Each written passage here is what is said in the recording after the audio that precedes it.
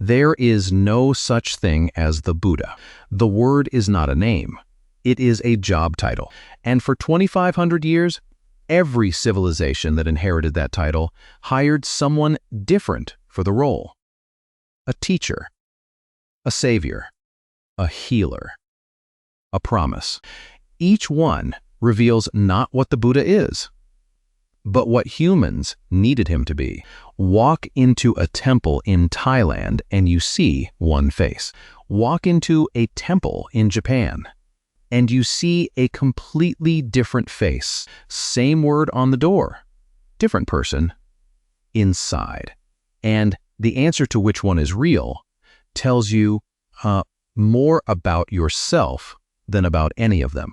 To understand how one word became 5 different people, you have to go back long before the man you know as the Buddha was born, back to a muddy road, and a young man who loved someone so much he lay face down in the dirt.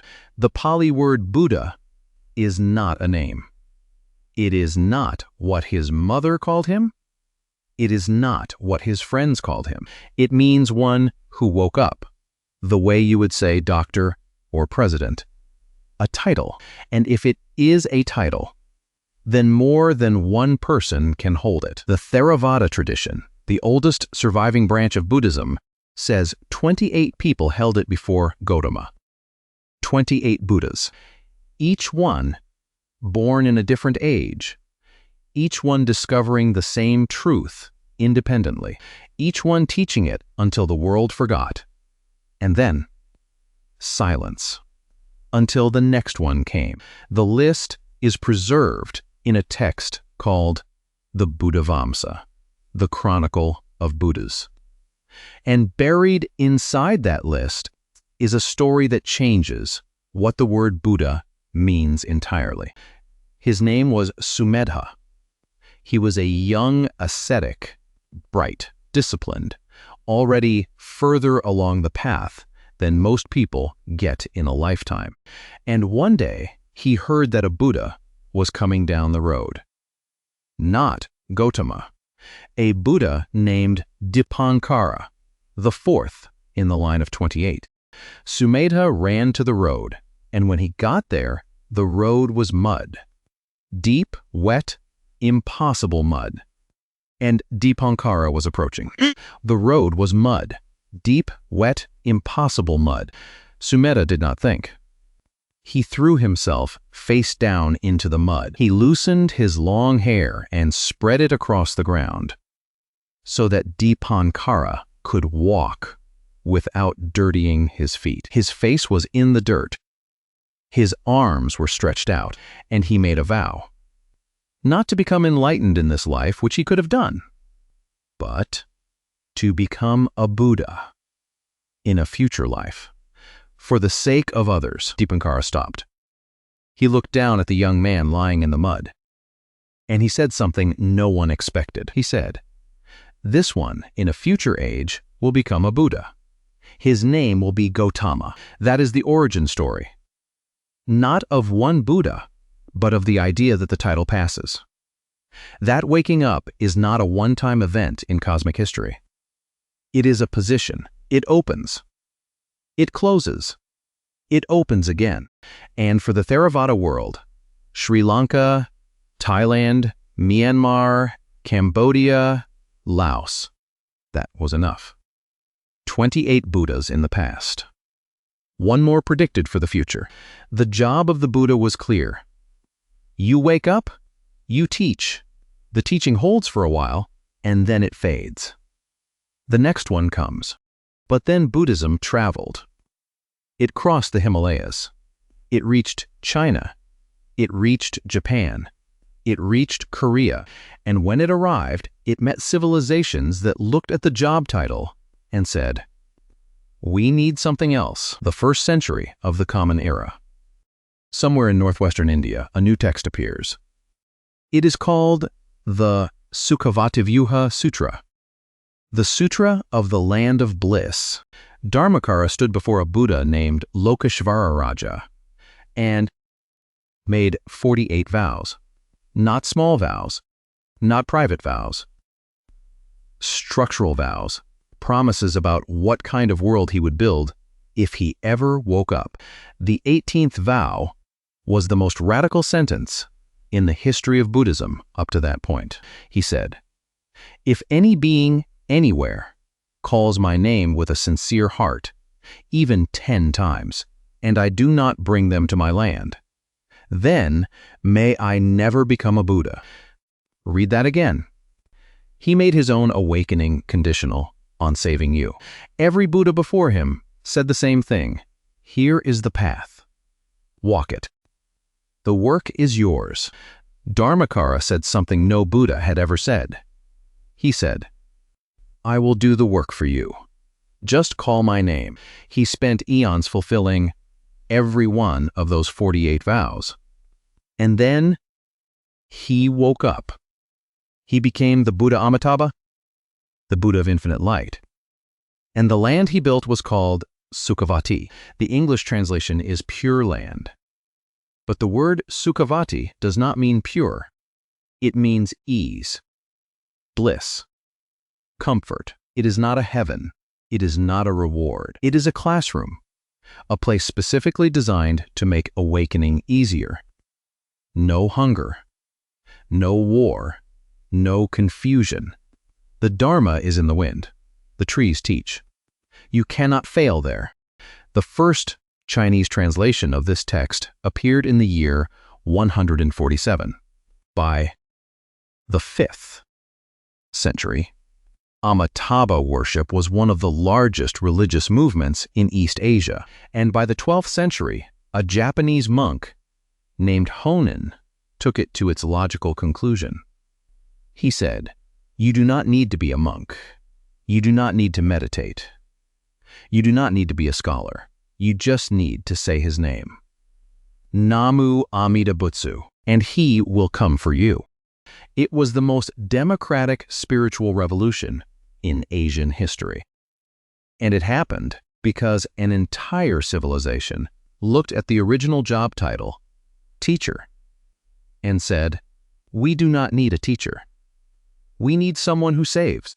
If you are watching this and something just shifted, the way you think about the word Buddha, the way you see that statue on someone's shelf, consider subscribing.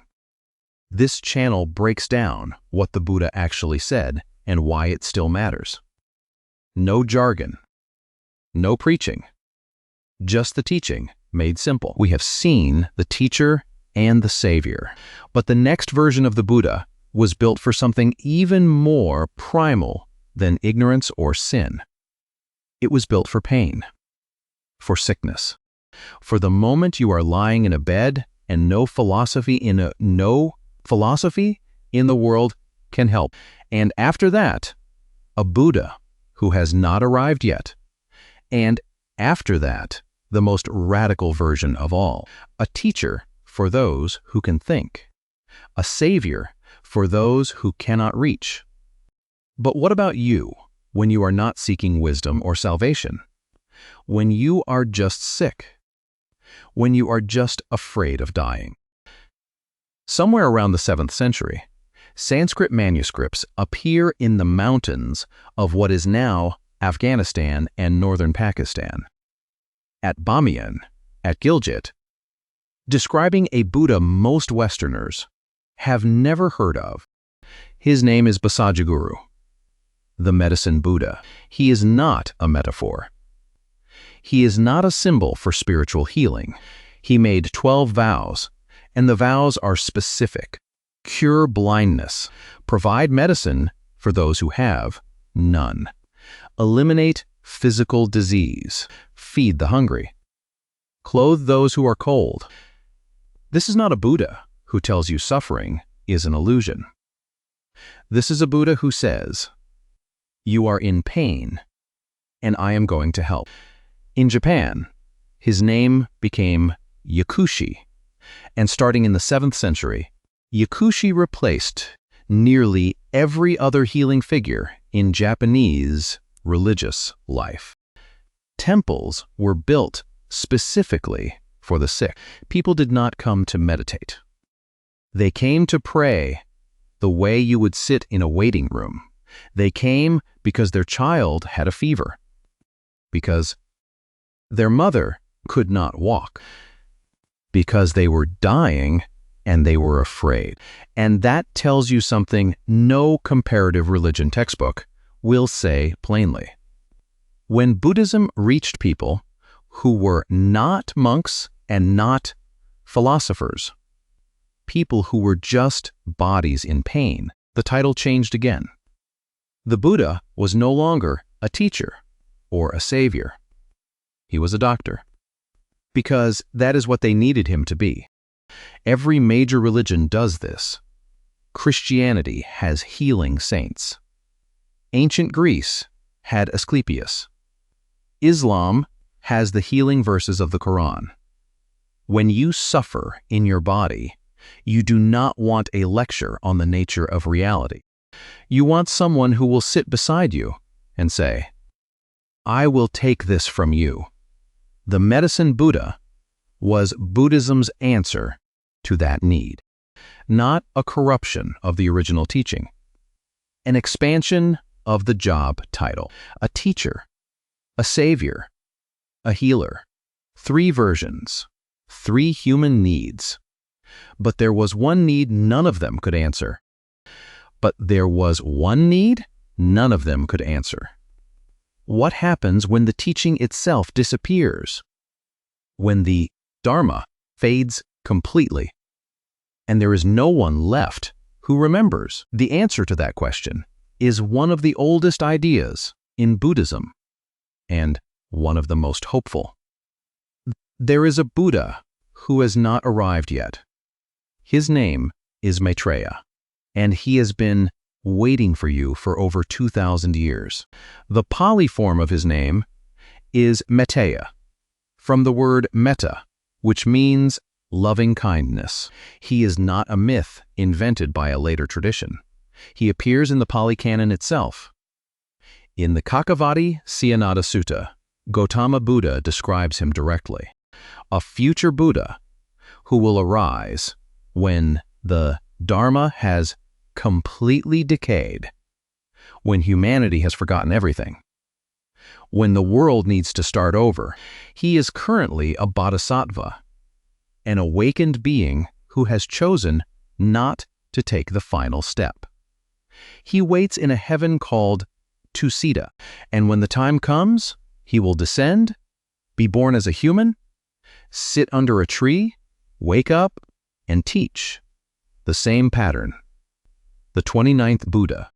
The position is vacant, and someone is preparing to fill it. Now here is the detail that stays with you. The earliest known images of Maitreya were not carved by Buddhists.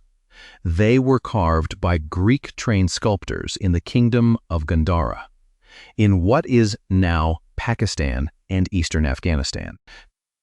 During the first 3 centuries of the Common Era, the Kushan Empire, a place where Greek art, Persian culture, Indian philosophy, and Central Asian trade routes all collided. These sculptors had never read a sutta. They did not meditate, but they knew how to carve hope, and they carved Maitreya with the proportions of Apollo. Wavy hair, draped robes, the body of a Greek god holding a water flask, the symbol of the one who is coming. They gave Buddhism its first human face, and that face looked like a Roman statue. The Greeks did not change the teaching. They did something more important. They made the future visible. They carved what waiting looks like. And for 2,000 years, Maitreya has been the Buddha of not yet. The promise that even when everything falls apart, even when you have lost everything, someone is coming. The job title will be filled again. A teacher, a savior, a healer, a promise. 4 versions, 4 needs. And then, one more, the most dangerous version of all, the one that says you do not need any of them, because you already are one. Around the 3rd century of the Common Era, somewhere near the Krishna River in southern India, a text appeared that broke every rule Buddhism had followed up to that point, the Tathagatagarbha Sutra. The name alone is a revolution. Tathagatagarbha. In Sanskrit, it means the womb of the one who has gone thus. Or more plainly, the embryo of a Buddha. English translates this as Buddha nature, and that translation is clean and safe and completely misleading. Buddha nature sounds like a quality, like patience, like kindness, something you develop over time. The Sanskrit does not say that. The Sanskrit says, you are pregnant with a Buddha. The awakened one is not something you become. It is something already inside you, covered, hidden, buried under everything you think you are, but already there, already whole, already awake. This is not a metaphor. The text means it structurally. Every being, not just monks, not just practitioners, not just good people, every being without exception contains the seed of complete awakening. The drunk, the murderer, the person who has never meditated a single day in their life. The text does not say they could become a Buddha. It says they already contain one. Do you see what this does to the job title? The teacher said, wake up. The work is yours. The Savior said, call my name. I will do the work for you. The healer said, let me take your pain. The promise said, wait, I am coming.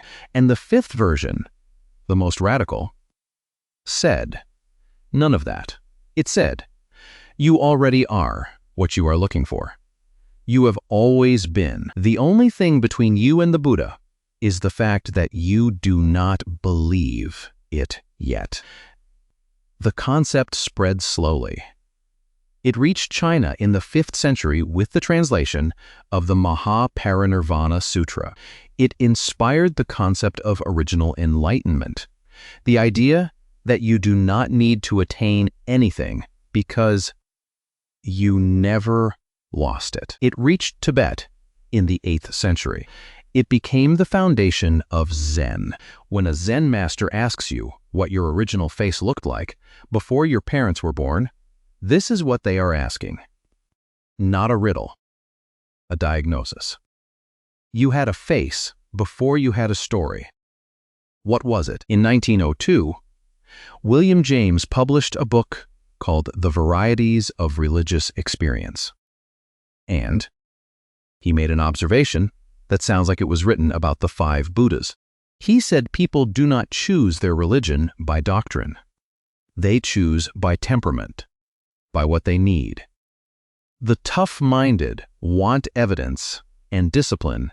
They want a teacher. The tender-minded want grace and warmth. They want a savior. The suffering want relief. The hopeful want a promise. And some, a rare few, want to be told that they already have it, that the search was the only thing in the way. 5 versions of the Buddha. 5 human temperaments. The teacher for those who can do the work. The savior for those who need grace.